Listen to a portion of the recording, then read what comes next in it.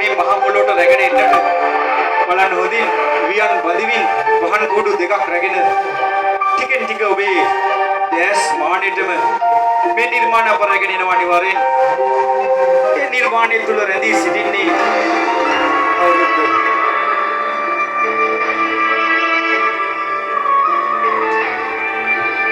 මේ කලුවන් කැටයන්පත් තව සුළු මොහොතකින් සුදු කැටයන්පත් බවටපත් වෙනවාමයි.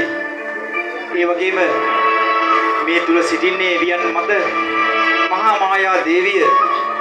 එතුමිය සුන්දර සිහිනයක් දැක්කලු. ඒ සුන්දර සිහිනය දැක ගන්නට නම් මේ පහන් කුඩුව විශාල පහන් කුඩුවක් විය යුතුයි. ඒ මෙසේ සිදු වෙනවා.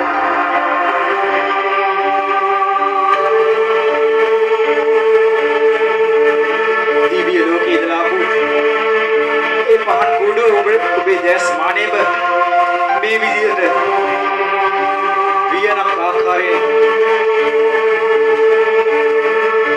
මහා මායා දේවියට තනා දෙද්දී මහා මායා දේවිය සිරි අහනේ බොහොම සුන්දර සිහිනයක් දකිනවා. ඒ දැකපු සිහිනය අර පොන්චි පුතාගෙන් ඇහුවත් කියාවි. කොමක්ද සිහිනය අපිට ඉගෙනනවා පොඩි කාලේ. සුදු එල්පැටරෙක් සුදු නෙළුම් මලක් අරගෙන මහා මායා දේවියගේ සිරි අහන වටා වට තුනක් කැරකිලා ඇගේ දකුණු ඇලෙන් කුසට ඇතුළු වුණාලු. අන්නේ සුන්දර සිහිනය ඔබට පෙන්වන්නයි අපේ මේ නිර්මාණය. සුදු එල්පැටව එනවා ඈත අහසේ. හොඳින් බලන්න.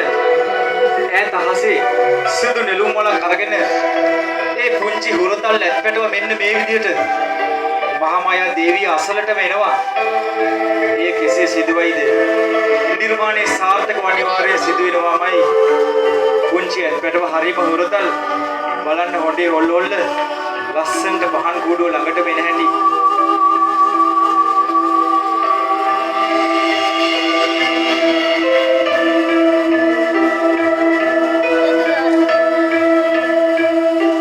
මහා මායා දේවිය තවමත් සුවනින්දී සාදු නාද දෙද්දී දෙවියන් මේ සිදුවීම අනිවාර්යෙන් සිදු වෙනවාමයි. සියල්ල අපි පරිගණක තාක්ෂණයෙන් නියම කාල රූපයකට අනුව සිදු වෙනවා. මේ විදිහට සිදුවද්දී ඒ පුංචි හුරතල් ඇත්පැටව සූදානම් වෙන්නේ මහා මායා දේවියගේ සිරිහන වට දීපය ගමන් කළා. ඒ සුන්දර සිහිනය සැබෑ කරවන්නට ටික දවසකින් අපිට ලැබෙනවා පින්බර පණිවිඩයක්. මේ සිදුවීම සිදු වෙලා කුමක්ද? සිදුවත් කුමාරයෝ මහා මායා දේවියගේ කුස තුල පිළිසිඳ ගත්තලු. ඒ පින්බර පණිවිඩය තමයි මේ සිහිනෙන් අපිට දැනගන්නට ලැබුණු පණිවිඩය. දෙවියන් සාදුනාද පවත්වනවා.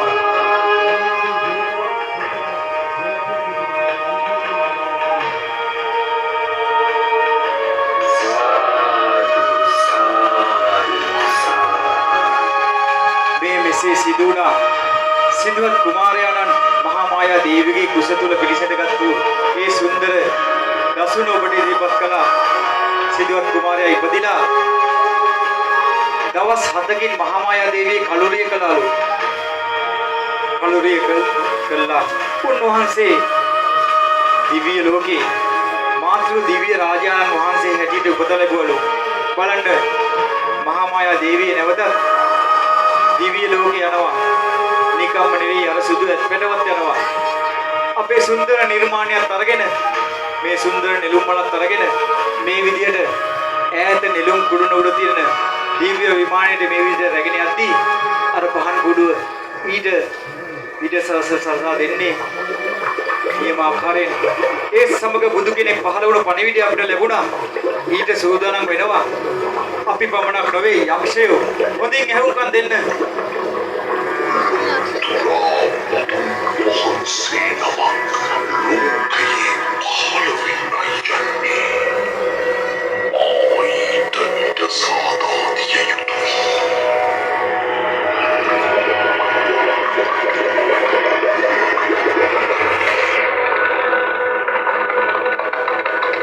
මේ මහා යක්ෂය මේ ලස්සනට කැරකි විට බුඩුව තමන්ගේ අත්වලින් පොඩි පට්ටම් කරලා තමන්ගේ මුඛේ කුස තුලටම ඇතුල් කර ගන්නවා.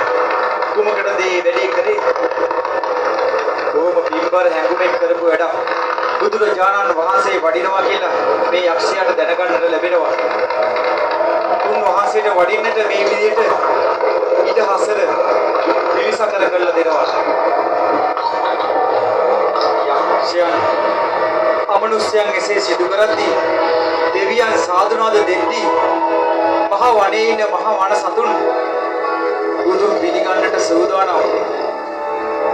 නිකම්ම නිකන් නෙවෙයි. දනනම ආචාර කරලා ගෞරව කරලා මල්වියන් තනලයි පිළිගන්නේ.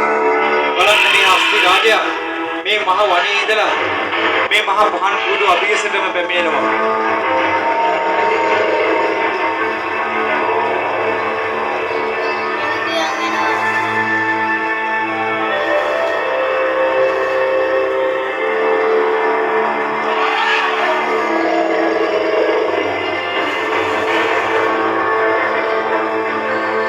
රාජයා මේ විදිහට පහන් කුඩු ළඟට නැගිලා දනගසා බුදුරජාණන් වහන්සේට නමස්කාර කරලා සූදානම් වෙන්නේ නිකම්ම පිළිගන්න නෙවෙයි.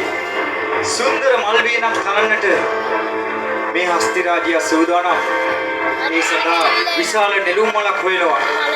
හස්ති රාජයා දකින්න ආයත අහසේ මේ විදිහට නෙළුම් මලක් තියෙනවා. මේ නෙළුම් මල මා කඩා ගන්නවාමයි තමන්ගේ හොඬෙන් කියලා හස්ති රාජයා හිතලා ටිකෙන් ටික තමන්ගේ හොඬ ඔසවලා බොහොම පරිස්සමින් මේ සුන්දර නෙළුම් මල කඩා ගන්නවාමයි.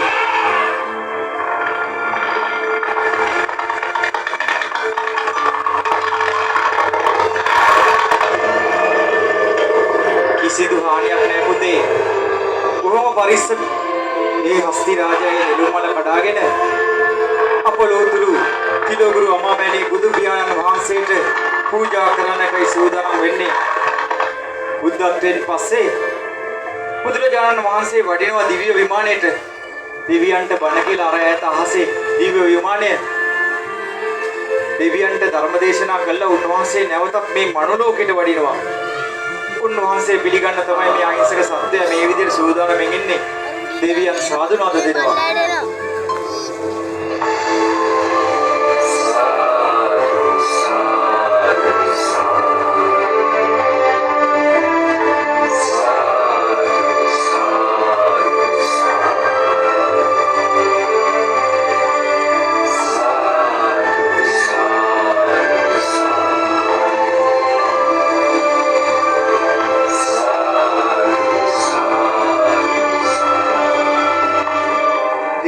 සාදුනාද මැද්දේ උන්වහන්සේ මහා කරුණාවෙන් මේ විදිහට මේ මනලෝට වඩිනකොට මාර්යා උන්වහන්සේට බාධා ඇති කළාලු. බලන්න උන්වහන්සේ බදක් නවතිනවා. මහා කරුණාවෙන් මේ සියලු බාධා ඉවත් කරගත යුතුයි. උන්වහන්සේ තමන් වහන්සේ මහා කරුණා බලයෙන් සියලු බාධා ඉවත් වේවායි ප්‍රාර්ථනා කරනවා. සියල්ල මේ විදිහට සියලු බාධා ඉවත් කරමින් උන්වහන්සේට මේ හස්ති රාජයාගේ නෙළුම් මල මතටම වඩින්නට මේ විදිහට අපි ආරාධනා කරනවා. උන්වහන්සේ අප කෙරෙහි අනුකම්පාවෙන් අපෝ මේ දුකින් මුදවා ගන්නටයි මීට වසර 2570කට කලින් මේ ලෝකේ පහළ වුණා උතුම් බුද්ධත්වය අවබෝධ කරගෙන මේ උතුම් ධර්මයේ කියා දෙන්නේ. අපි මේ ධර්මයේ තුල හැසිරෙනවද? අපිට ප්‍රශ්නයක් තියෙනවා. උතුම් භික්ෂුන් වහන්සේලා තවමත් මේ ධර්මයේ රැකගෙන බලන්න හස්ති රාජයා නෙළුම් මල කරකවලා හොඬේ ඔසවලා උන්වහන්සේ පිළිගන්නවා. ඒ සිදු වෙනකොට අපේ නිර්මාණයේ මේ දර්ශන වාරය අපි අවසන් කරන ගමන් ඔයගොල්ලන්ට කියනවා අපි කිව්වේ ලංකාවේ උසම නිර්මාණය ලංකාවේ ලොකු නිර්මාණය කියන අපි කිව්වට අපිට ඕනේ ඒක නෙවෙයි. මේ පුංචි දරුවන්ට පණිවිඩයක් දෙන්න මතක හිටින්න. ඒ දේ වෙන්නේ නැති කියලා අපි විශ්වාස කරනවා. අපතිල ගුරු අමාමෑණී බුදු පියාණන් වහන්සේ වැඩ සිටිනවා. මේ නිර්මාණය අවසන් වෙද්දී අපි එකම එක පුංචි ඉල්ලීමක් කරනවා. ඔබ සුන්දර දර්ශනයක් ඔබේ ජංගම දුරකථනයේ පටිගත කරගන්නට ඇති. ඒ දර්ශනය ඔබේ යහළුවන්ට මිතුරන්ට අන්තර්ජාලය ඔස්සේ මුසු කරන්න Facebook WhatsApp හරහා එයත් ඉල්ලමින් ඔබ සෙමට දිරුවන් සරණ ප්‍රාර්ථනා කරනවා. තවත් දවස් දෙකක් අපි මේ ස්ථානයේ මේ පහන් කෝඩුව ප්‍රදර්ශනය කරනවා. නොදකපු අයට දැක ගන්නට පුළුවන්. ඒ වගේම අප වෙනින් පුංචි